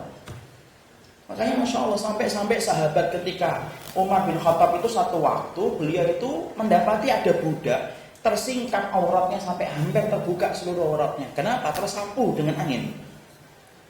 Maka kemudian dipanggil oleh Umar bin Khattab, dicambuk oleh Umar bin Khattab. Kenapa? Memberikan fitnah. Yaitu adalah apa? Pandangan orang akhirnya jatuh dalam dosa ketika terlihat auratnya. Itulah fungsinya khalifah, khirasatuddin, menjaga agama. Itu fungsinya khalifah, ulil amri itu fungsinya kayak gitu. Maka ketika kemudian akhirnya Umar bin Khattab melakukan itu tanpa beliau menyadari bahwasanya budak tadi yang tersingkap auratnya itu kemudian disebabkan karena angin. Maka kemudian akhirnya Sa'ad bin Abi Waqqas itu tahu bahwasanya itu adalah karena angin. Maka sahabat Sa'ad itu berkata, wahai Amirul Mukminin, jangan dicambuk lagi karena sesungguhnya tersingkap auratnya itu disebabkan karena angin. Tapi tetap sahabat Umar, Amirul Mukminin saat itu tetap memukul budak tersebut. Kenapa? Tingkat fitnah yang dia torehkan, yang dia berikan secara tidak langsung. Sahabat Sa'ad kemudian mengangkat tangannya. Ketika mengangkat tangan, sahabat Umar langsung lirik, wah, Masya Allah mengangkat tangan, langsung dipegang sama kemudian Umar bin Khattab. Ini cambuknya, kami cambuk saya. Masya Allah. Itu sahabat Umar bin Khattab radhiyallahu anhu. Di situ kita mendapati apa? Bukan berarti kalau kemudian lihat kemungkaran penguasa itu diem, enggak lah ikhwan. Ya disampaikan semampu mungkin. Makanya sebaik-baik jihad itu berkata yang hak di depan penguasa yang zalim. Kayak kemudian wanita yang pernah menggugat atau pernah mengkritik dalam tanda kutip bin Khattab ketika membatasi mahar. Ketika kita mendapati Sa'id bin Jubair ketika berani mengatakan kalimat yang hak di depan Hajjaj bin Yusuf. Masya Allah. Maka ketika Umar melihat bahwasanya Sa'ad bin Abi Waqqas akan mengangkat tangan, maka kemudian langsung dia serahkan, jangan diangkat tanganmu wahai Sa'ad. Sudah, tidak apa-apa, sekarang cabuk diriku. Sahabat kemudian tersenyum. Padahal beliau saat itu adalah sahabatnya Umar bin Khattab. Kenapa sahabat Umar sampai semacam itu? Karena sahabat Umar tahu memilih doa yang mustajab di antara para sahabat itu sahabat Sa'ad bin Abi Waqqas. Masya Allah. Coba kalau kemudian beliau hidup di sini, wah di kampung sawah. Antum yang antri untuk mendatangi, untuk minta tadi kan Aisyah binti. Ya namanya di depan santri kayak gini nih. Jadi kemudian ternyata mustajab itu. Ya. Makanya kemudian ditanyakan kepada beliau, kenapa sih kamu mau memiliki doa yang sangat mustajab? Salah satunya karena doanya Nabi ajib dakwatahu. Maka penuhi semua doa-doanya wahai Allah. Maka kemudian dikabulkan. Dan salah satu yang kedua sebabnya kemudian sahabat itu betul-betul mustajab di dalam doanya itu apa? Yaitu adalah beliau menjelaskan, marofa'tu luqmatan illa alimtu min aina maji'uha wa min aina kharajat minha. Itu jawabannya. Beliau berkata ketika ditanya apa sebabnya, apa rahasianya sampai kemudian beliau menjadi orang yang paling mustajab di dalam doanya. Maka kemudian Sa'ad bin Abi Waqqas itu berkata, aku ini tidak pernah angkat satu suapan makanan, lalu kemudian aku masukkan ke dalam perutku, kecuali aku harus mengetahui dulu ini makanan ini dari mana munculnya, kemudian bagaimana kemudian jalannya. Setelah aku ngerti kebersihannya, baru aku masukkan ke dalam perutku dan terjaga perut dan lambungku dari sesuatu yang haram dan syubhat. Jadi ternyata apa? Kebersihan harta itu menjadikan apa? Doanya Sa'ad bin Abi Waqqas itu sangat mustajab, ikhwan. Di sini kita mendapati bahwasanya Masya Allah ya, ini loh sunnah, ikhwan. Sunnah itu sebenarnya intinya ada berapa sih? Sunnah itu intinya itu sebenarnya ada 3, sebagaimana yang disampaikan oleh sahabat Imam Ibnu Rajab Al-Hambali. Apa itu sunnah itu intinya 3? Hadis Aisyah, hadis Umar bin Khattab, dan hadis Nu'man bin Bashir. Itu intinya sunnah. Jadi kalau kita kemudian ada berapa sih? 1000 hadis itu Ustaz. Jumlah tepatnya tidak ada yang tahu karena memang berbeda-beda kan dalam penetapan sahih dan dhaif itu beda-beda. Akhirnya apa? Penetapan hadis Nabi itu berbeda-beda menurut ulama. Tapi kalau kita cukuplah merujuk salah satunya, Imam Ahmad saja 1 juta hadis. Sanad dan matan. Intinya dalam 1 juta hadis itu yang dihafalkan oleh Imam Ahmad itu intinya itu cuma 3. Hadis Aisyah, hadis Umar bin Khattab, hadis Nu'man bin Bashir. Hadis Umar bin Khattab itu apa? Kamu jaga niat, innamal amalu binniyat. Hadis Aisyah itu intinya apa? Yaitu ketika Ibunda Aisyah meriwayatkan hadis dari Rasulullah, man ahdatsa fi amrina hadza ma laysa minhu fa huwa raddun. Hadis dari Nu'man bin Bashir itu apa? Innal halala bayyinun wa innal harama bayyinun wa bainahuma umurun mutasyabihat la ya'lamuha katsirun minan nas. Yang halal jelas, yang haram itu jelas, yang tidak jelas itu perkara mutasyabihat yang tidak diketahui oleh banyak manusia. Itu syubhat. Jadi intinya kalau antum harus paham, misalkan antum karirnya ketika belajar akidah dan sunnah itu sudah cukup lama, intinya apa? Antum sibuk dengan hati antum, sibuk dengan itiba antum, dan ketika antum makan, antum perhatikan dari yang haram dan yang syubhat. Berarti antum sudah paham sunnah. Ada ikhwan ngaji lama, makanannya syubhat, tidak paham sunnah dia. Kenapa? Seperti dari sunnah itu makanan yang halal. Itu dipraktekkan oleh sahabat Sa'ad bin Abi Waqqas. Makanya sampai beliau tidak pernah mengangkat satu makanan apapun kecuali beliau pastikan dulu makanan ini betul-betul bersih, baru kemudian beliau masukkan ke dalam perutnya. Kebersihan perutnya yang menjadikan akhirnya apa? Doanya mustajab. Pantas kalau kemudian diberikan mukjizat, diberikan karomah yang gede, pasukannya ngelewatin sungai Tigris sampai tidak ada yang tenggelam. Padahal berapa, masya Allah? Padahal dalamnya itu puluhan meter. Lebarnya sampai beberapa meter, ada yang mengatakan 6 meter sampai 7 meter. Tapi semua pasukannya Sa'ad bin Abi Waqqas itu tidak ada yang terperosok di dalamnya sungai yang dilewati. Sampai kemudian orang-orang Persia itu berkata, "Lu, kita ini berperang dengan bangsa jin." Kenapa? Ngelewatin sungai sambil ngobrol. Coba, masya Allah. Padahal antum renang aja, kelelep. Padahal sudah ikut renang, les renang, bayarnya mahal lagi. Itu kenapa? Salah satu karomahnya doanya Sa'ad bin Abi Waqqas, panglima besar dalam perang Qadisiyah. Antum baca nanti. Sudah disampaikan, kita masih tidak membaca sirah ini kebangetan banget. Ya. Jadi ternyata saking besarnya kedudukan Sa'ad bin Abi Waqqas itu mustajab betul doanya. Bersihnya harta, makanya ikhwan, perhatikan harta. Jangan diremehkan masalah harta, ikhwan. Kenapa masalah harta jangan diremehkan? Masya Allah, tidaklah Nabi Adam itu dikeluarkan dari surga itu karena gigitan buah yang diharamkan oleh Allah. Gigitan tak loh, nggak sampai nambah loh Nabi Adam ini. Nambah nggak Nabi Adam? Enak banget ini. Sekalian dirujak, mana rujaknya? Nabi Adam itu nggak minta rujak, satu gigitan tak Allah cabut pakaiannya, Allah turunkan Nabi Adam dan Allah hinakan Nabi Adam saat itu ketika melakukan itu. Hanya karena satu gigitan tok. Coba bayangkan dengan berapa puluh suap yang dimakan oleh perutnya manusia hari ini, sampai kemudian mereka itu kira-kira bisa nggak masuk surga dengan puluhan ribu suap yang dia masukkan ke dalam perutnya yang nggak ngerti halal atau haram. Dan Nabi Adam satu gigitan tok, kawan. Kenapa? Masalah harta itu nggak main-main dalam sunnah, nggak pernah main-main dalam sunnah itu. Karena saking pentingnya itu, makanya sampai kayak Abu Bakar sampai ngeluarin ngorek-ngorek makanannya dikeluarin itu kenapa sih? Ya karena dia ngerti satu makanan haram kalau masuk dalam tubuh padam cahaya ketaatan yang ada di dalam syarat tadi kehidupannya. Susah dia ketaatan. Kenapa?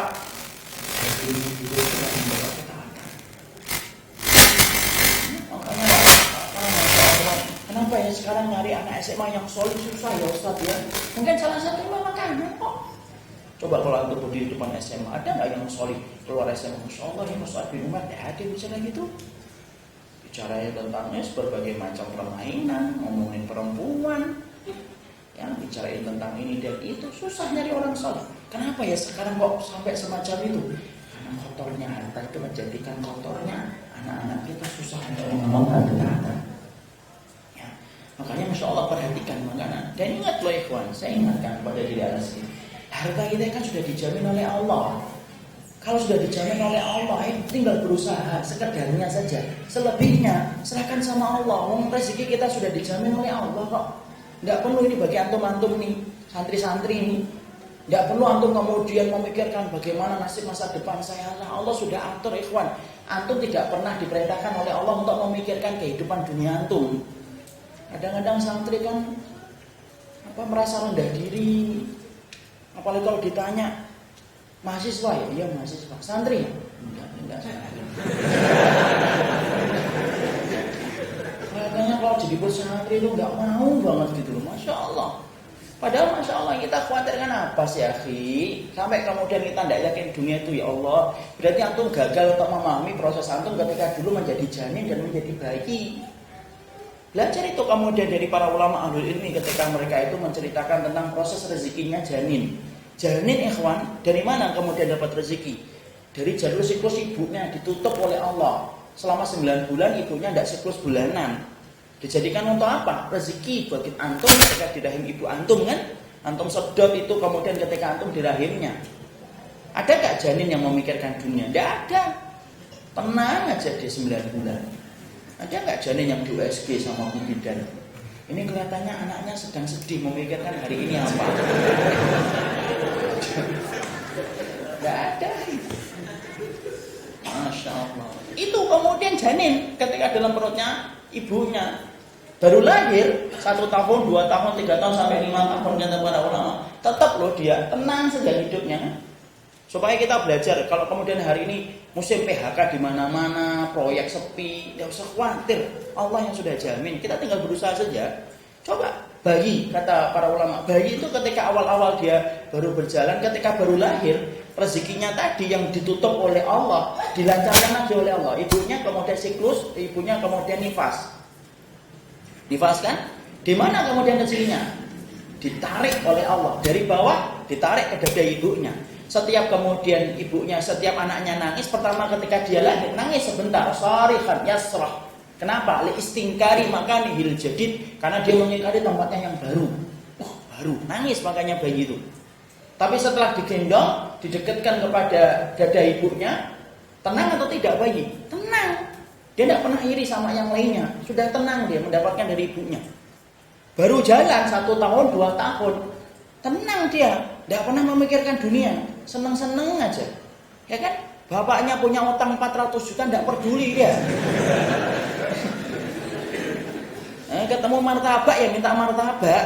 Pak martabak pak. Bapaknya juga nggak tega itu ngomong, nah, bapak itu utang 400 juta. Nggak tega sih. Lu udah balik, sudah belajar baca Quran, ngapalin hadis kok masih khawatir terhadap dunia. Itu biasanya penyakitnya santri. Moga-moga bukan di sini. Kayak mikir masya Allah nanti kayak apa ya? Tidak usah mikir itu Allah yang atur. Jalani saja. Yang penting apa? Bangga dengan pilihan yang diberikan oleh Allah. Qul bi fadlillahi wa bi rahmatihi wa bidzalika falyafrahu huwa khairum mimma yajma'un. Ya sudah. Allah sedang sibuk dengan apa itu harusnya bangga, jangan malu. Jangan mengatakan hanya santri. Bisa jadi ilmu yang kita pelajari hari ini yang menyelamatkan kita di akhirat ikhwan. Karena pertama kali yang ditanya oleh Allah itu apa? Ilmu kita. Inna hadzal ilm lahmuka wa damuka wa anhu tus'alu yaumil qiyamah. Tuh ilmu ditanya oleh Allah pertama kali. Jangan kemudian jadi ibu-ibu rumah tangga, malah kemudian kita jadi ibu-ibu rumah tangga kemudian kita malu.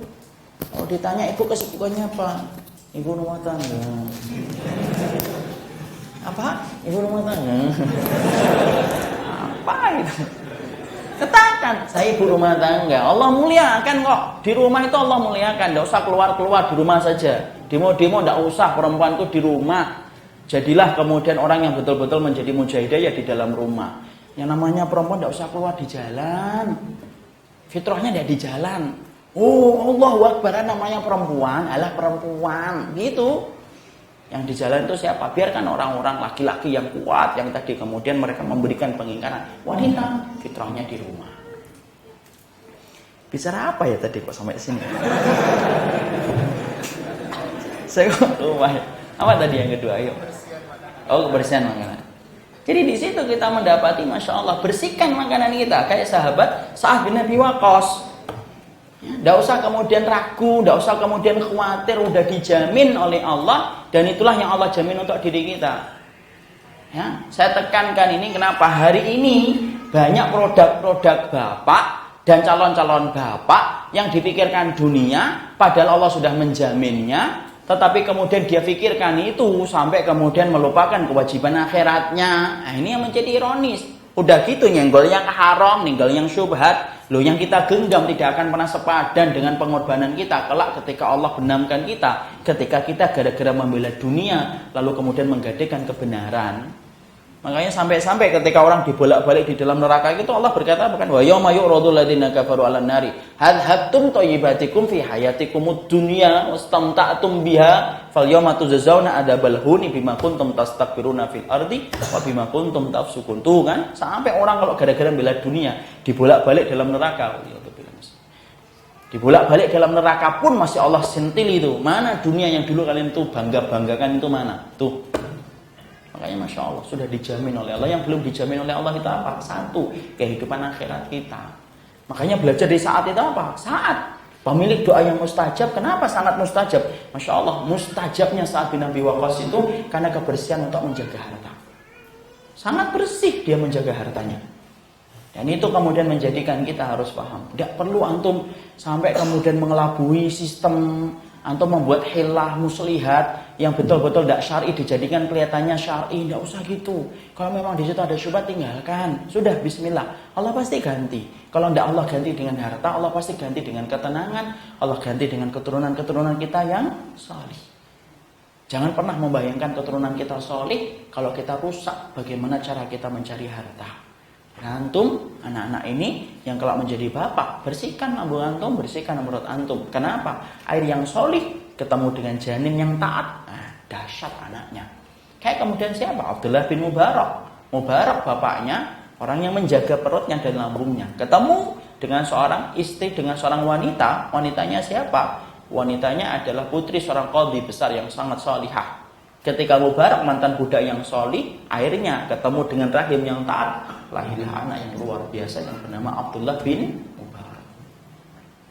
Itulah mutiara iman yang ketiga. Yang kedua, mutiara iman yang ketiga yang kita dapatkan dari kisahnya Sa'ad bin Abi Waqqas itu apa? Mutiara iman yang ketiga dari seorang sahabat Sa'ad bin Abi Waqqas itu apa? Orang yang ridha terhadap takdir. Itu Sa'ad bin Abi Waqqas. Jadi kemudian kita mendapati kisah hidupnya itu penuh dengan keridhaan beliau ketika beliau itu mendapatkan takdir-takdir yang buruk. Itu Sa'ad bin Abi Waqqas. Karena ternyata Allah memberikan ujian yang bertubi-tubi kepada sahabat Sa'ad bin Abi Waqqas. Salah satunya penyakit pinggangnya atau punggungnya itu sampai kemudian dalam satu riwayat bernanah. Makanya ketika beliau berperang itu sampai diberikan bantal, kemudian menyangga dadanya. Kenapa? Dia tidak bisa bersandar gini. Nanti kita akan ceritakan ketika dalam perang. Tapi kelihatannya tidak bisa malam ini. Jadi kemudian beliau itu bersandar. Saking kemudian apa? Ini infeksi di sini. Bukan hanya itu saja. Pernah beliau itu sakit keras. Itu sahabat Sa'ad. Pernah beliau itu sakit keras sampai kemudian didatangi oleh Rasulullah kan? Dalam satu riwayat yang sangat terkenal dalam riwayat Muslim ketika beliau sakit sampai didatangi oleh Rasulullah. Sampai Rasulullah menjenguknya kemudian memegang keningnya, mengusap wajahnya, mengusap dadanya. Makanya itu menjadi sunnah kan kalau kita menjenguk orang sakit. Dan kalau untuk menjenguk orang sakit itu kalau merujuk kepada dalilnya Sa'ad bin Abi Waqqas, sunnahnya itu apa? Jenguk, kemudian antum wudu, antum mencipratkan itu kepada orang yang sakit. Kemudian sunnahnya apa? Apa ini? Disentuh keningnya, kemudian diusap wajahnya, diusap dadanya. Kenapa? Rasulullah melakukan itu kepada Sa'ad ketika sahabat Sa'ad itu sakit. Tapi kalau yang datang 200, jangan semuanya, satu saja. Ustaz Farid sakit, antum datang semuanya ngusap wajahnya. Bengok namanya. Cuma 2 kali saja. 2 atau kemudian 3 saja. Tapi sunahnya kayak gitu. Antum tahu kan sunahnya ketika orang sakit tuh, sunahnya sakit berwudu. Dari riwayat siapa? Ustaz Jabir bin Abdullah ketika Rasulullah mendapati Jabir sakit yang sampai pingsan, kemudian Rasulullah wudu bersama Abu Bakar dicipratin. Kemudian sunahnya memegang bagian tubuhnya, sunahnya di bagian kanan, sunahnya mengusap wajahnya sembari kita membacakan Quran. Quran yang sunah untuk kita bacakan kepada orang yang sakit itu siapa? Yaitu adalah surat apa? Al-Ikhlas, Al-Falaq, An-Nas. Itu disunahkan. Siapapun yang sakit kayak gitu, jangan mentang-mentang sama-sama santri muda. Sakit apa? Lah jangan manja. Gitu aja. Sakit. Orang sakit. Sakit apa sih? Oh, tetangga saya 2 hari meninggal. Itu tuh belajar sunnah atau enggak sih? Ini kemudian kembali kepada sahabat Sa'ad. Ridhonya terhadap takdir itu luar biasa ya kawan. Jadi sahabat Sa'ad ini ridhonya terhadap takdir itu luar biasa. Sampai-sampai kemudian sahabat Sa'ad bin Abi Waqqas itu ketika beliau mendapatkan ujian bertubi-tubi dalam hidupnya, maka sampai ketika beliau menjelang tua, ketika beliau menjelang sepuh, maka Allah memberikan kebutaan. Ingat loh ikhwan, orang yang diberikan kebutaan itu ujiannya besar, nanti akan diganti oleh Allah kelak di akhirat kalau dia sabar. Buta. Tapi antum tahu nggak? Saya lupa namanya. Ada salah satu kerabatnya yang heran betul kepada sahabat Sa'ad. Loh kok bisa ya? Orang pemilik doa yang mustajab, sakit, buta, tapi tidak pernah mengangkat tangan untuk mendoakan dirinya. Padahal sekalinya dia mengangkat tangan, kira-kira mustajab atau tidak? Mustajab. Umar bin Khattab tadi aja mengakui kok saking mustajabnya doa Sa'ad bin Abi Waqqas. Masya Allah. Maka kemudian apa? Maka kemudian kerabatnya itu datang ke sahabat Sa'ad bin Abi Waqqas dan berkata, "Ya Sa'ad, wahai pamanku, ya Ami, kenapa sih kamu tidak pernah berdoa kepada Allah supaya disembuhkan penyakitmu? Karena sesungguhnya kamu adalah pemilik doa yang sangat mustajab banget. Itu engkau, wahai kemudian sahabat Sa'ad. Kenapa sih tidak meminta kepada Allah supaya disembuhkan?" Lihat jawabannya apa ya kawan? Saya tidak hafal matanya, tapi jawabnya begini. Aku lebih ridho terhadap takdir yang Allah berikan, yaitu adalah penyakitku buta, daripada aku mengangkat tangan untuk meminta kepada Allah merubah takdir yang Allah berikan kepada diriku. Makanya sama orang yang sabar itu membingungkan. Ya, makanya kemudian keponakannya ini, kerabatnya ini bingung, ya Allah. Tapi kan tidak apa-apa, minta aja, nanti bisa balik kok. Tapi tetap beliau tidak pernah meminta sampai beliau meninggal dunia. Itu orang sabar. Orang yang sabar itu terkadang ikhwan membingungkan bagi orang yang di sekitarnya. Kayak sabarnya istri Nabi Ayub kan? Istrinya Nabi Ayub itu Masya Allah bingung sama siapa? Nabi Ayub. Sampai kemudian Nabi Ayub tatasaqat luhum Ayub, jatuh itu daging-daging Nabi Ayub. Itu Nabi Ayub tidak pernah lo minta supaya disembuhkan. Sampai istrinya itu bingung menghadapi Nabi Ayub. Dalam satu riwayat sampai dia yang menjumpat, menyapu itu daging-dagingnya itu. Kalau kita waktu SD itu ceritanya apa? Yaitu kayak ulat dimasukkan lagi, kan gitu ya?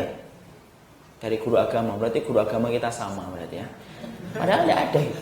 Yang saya pernah baca itu apa? Dagingnya bersatuan ikhwan. Tapi Nabi Ayub tidak pernah berdoa, maka sampai-sampai si istrinya itu berkata, "Ya Ayyubu, ya Ayyubu, ya Ayyubu, wahai Ayub. Oh berdoa sama Allah yuk, yuk berdoa sama Allah." Ini sakit, ini sudah parah. Loh, kan jawabannya gitu kan, ala Indonesianya kan, ya Ayub itu apa kalau bukan yub kan gitu. Ya Ayub, wahai Nabi Ayub, kan nggak manggil Nabi, itu istrinya kan, wahai Ayub, berdoalah engkau kepada Allah. Tapi jawabannya apa? Aku telah diberikan sehat 70 tahun, memang aku tidak boleh apa untuk bersabar sisa waktunya atas apa yang Allah berikan. Iman itu nampak ketika menghadapi takdir. Makanya Abu Darda berkata, tidak ada perkara yang paling pokok setelah iman kita kepada Allah kecuali mengimani takdir. Makanya kalau antum sampai infak 1 gunung Uhud emas, tapi setelah itu antum menggugat takdir, tidak ada manfaatnya. Fima makna anin Nabi. Rasulullah bersabda, "Lau anfaqta misla jabala Uhudin, ma qabilallahu minka hatta tu'mina bil qadari khairuhu wa syarruhu." Kalau kamu sampai berinfak 1 gunung Uhud emas, setelah itu kamu menggugat takdirnya Allah, tidak ada manfaatnya. Kamu infak 1 gunung Uhud emas kalau kamu menggugat takdir. Kenapa begini dan kenapa begitu? Kenapa? Allah paling tidak suka kalau kemudian digugat takdirnya. La yus'alu amma yaf'alu wa hum yus'alun. Allah itu tidak pernah ditanya tentang apa yang Allah lakukan. Antum dan saya yang ditanya oleh Allah. Makanya jangan juga takdir. Coba kalau tidak bertemu dengan dirimu, tidak bisa. Coba kalau tidak ada miss call dulu dari kamu, ya kan? Kan ceritanya bisa beda. Tidak bisa, tetap sama saja. Makanya kemudian sahabat Sa'ad bin Abi Waqqas, ketika kemudian matanya buta, tidak sama sekali dia kemudian ingin untuk meminta kepada Allah. Itu menunjukkan kualitas imannya kepada takdir. Cukup orang itu disebut beriman dengan sempurna, ikhwan, kalau antum melihat bagaimana dia itu sabar menghadapi takdir. Karena salah satu parameter dalam iman itu keridhaan ketika menghadapi takdir. Dan itu ditampakkan oleh sahabat Sa'ad bin Abi Waqqas. nampak betul oleh sahabat Sa'ad bin Abi Waqqas. Masya Allah. Ya, makanya sabar. Kenapa makanya dalam surat Al-Kahfi 28. Coba dibaca. Santri, mana santri? Mana yang sudah hafal Quran? Sudah hafal, akhi? Antum yang ada akhil karim ya. Baca Al-Kahfi 28. Wasbir nafsaka ma'aladina. Apa artinya? Yang keras lagi. Andanya tadi keras.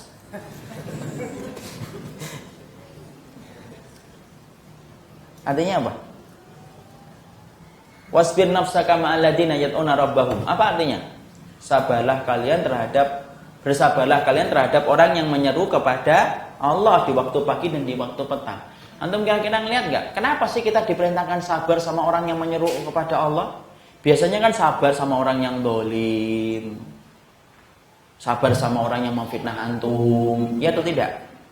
Tapi di dalam surat Al-Kahfi 28 antum diperintahkan sabar sama orang yang solih, yang selalu menyeru kepada Robnya pagi dan petang mengharapkan wajahnya Allah. Orang yang zikir pagi dan petang itu solih atau tidak solih? Solih banget. Tapi kok perintahnya ini unik. Wasbir nafsaka, sabar sama mereka. Kenapa ikhwan? Ada yang tahu? Saya kasih hadiah. Ini kopi atau jahe ini? Jahe. Tak kasih hadiah jahe berarti. Apa ikhwan? Kenapa disuruh sabar sama orang yang solih? Biasanya sabar itu sama siapa ikhwan? Sabar itu biasanya sama siapa? Sama orang jahat kan? Sama orang jahat mau fitnah antum, Ustaz. Sabar. Lu enak banget. Sabar. Ya kan? Sama orang yang mau fitnah, jahat sama kita disuruh sabar. Tapi ini sama orang yang menyeru kepada Robnya pagi dan sore disuruh sabar. Lu kenapa kok disuruh sabar? Kenapa ikhwan? Iya. Boleh. Enggak, bukan. Kenapa disuruh sabar sama orang yang menyeru kepada Robnya pagi dan sore? Berarti orang soleh atau tidak? Kita tunggu sampai tengah malam, insya Allah. Apa akhi? Kenapa ikhwan? Unik ke ayat ini? Antum kan biasanya disuruh sabar apa kan? Wasbir ala ma asabak wahjurum hajran jamila, sabar atas apa yang menimpamu. Kan biasanya gitu. Kalau kamu difitnah sabar, didolimi sabar, diambil uangmu sabar, diambil calon istrimu sabar. Ini kemudian disuruh sabar sama orang yang menyeru kepada Robnya pagi dan sore. Kenapa? Kenapa ikhwan? Antum jangan lihat saya. Saya nanya sama antum, apa jawabannya ikhwan? Insyaallah ya. Ini tawadhu atau tidak ngerti jawaban, tipis banget batasannya. Karena sesungguhnya ikhwan sama orang yang solih itu harus sabar. Kalau antum tidak sabar sama orang yang solih, antum tidak bisa memahami mereka. Ya atau tidak? Kayak tadi kan, istri Nabi Ayub sabar atau tidak sabar akhirnya? Tidak sabar kan? Ditinggalkan kan? Nabi Ayub sampai kemudian akhirnya kan ditalak kan? Sampai kemudian akhirnya dirujuk kembali. Kenapa? Karena kemudian istrinya Nabi Ayub tidak sabar sama orang yang sabar. Loh. Ya, makanya sama orang yang soleh itu harus sabar. Kita jalan, kemudian saya tidak mau makan di sini. Kenapa? Tidak ada tulisan halalnya. Loh, tidak apa-apa, dikit aja. Lagian masih jauh warteg berikutnya. Tidak apa-apa. Pokoknya sampai sana baru kita makan. Halah, susah. Loh, sabar. Sama orang soleh itu memang gitu. Ribet kadang-kadang. Ya? Makanya Allah mengatakan bahwa wasbir nafsaka ma'aladina yad'una rabbahum. Sabar sama mereka itu. Ya, sama orang soleh ini tidak mau dibawa ke dokter. Dokternya perempuan. Halah, kamu sudah panas tinggi, cari dulu yang laki-laki. Halah, tidak apa-apa. Cari ini perempuan aja, ini dokter di depan pondok 24 jam, dokternya perempuan. Enggak lah, cari yang laki-laki aja, nanti disentuh-sentuh saya. Halah, tidak usah GR, itu nyentuh.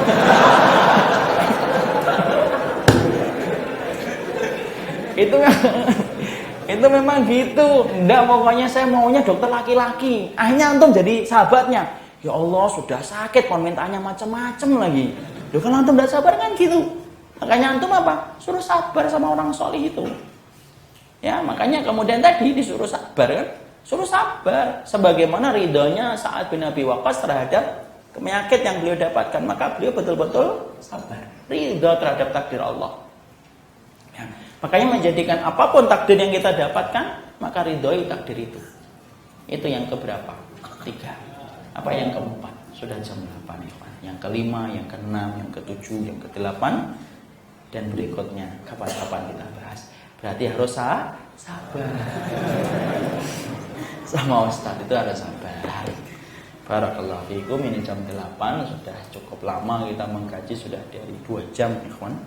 Jadi kemudian kita telah mendapati banyak ilmu insyaallah dan semoga bermanfaat bagi yang menyampaikan. 2 jam kita telah mempelajari sirahnya sahabat Sa'ad. Walaupun baru berapa ikhwan?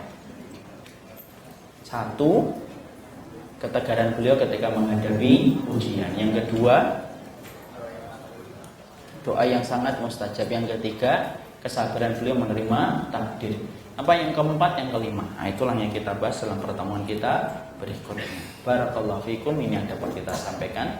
Barakallahu fikum, subhanakallahumma wa bihamdika asyhadu an la ilaha illa anta astaghfiruka wa atubu ilaik. Syukran ya Rabbi, syukran. Hadaita qalbi, syukran. Nawarta darbi, syukran.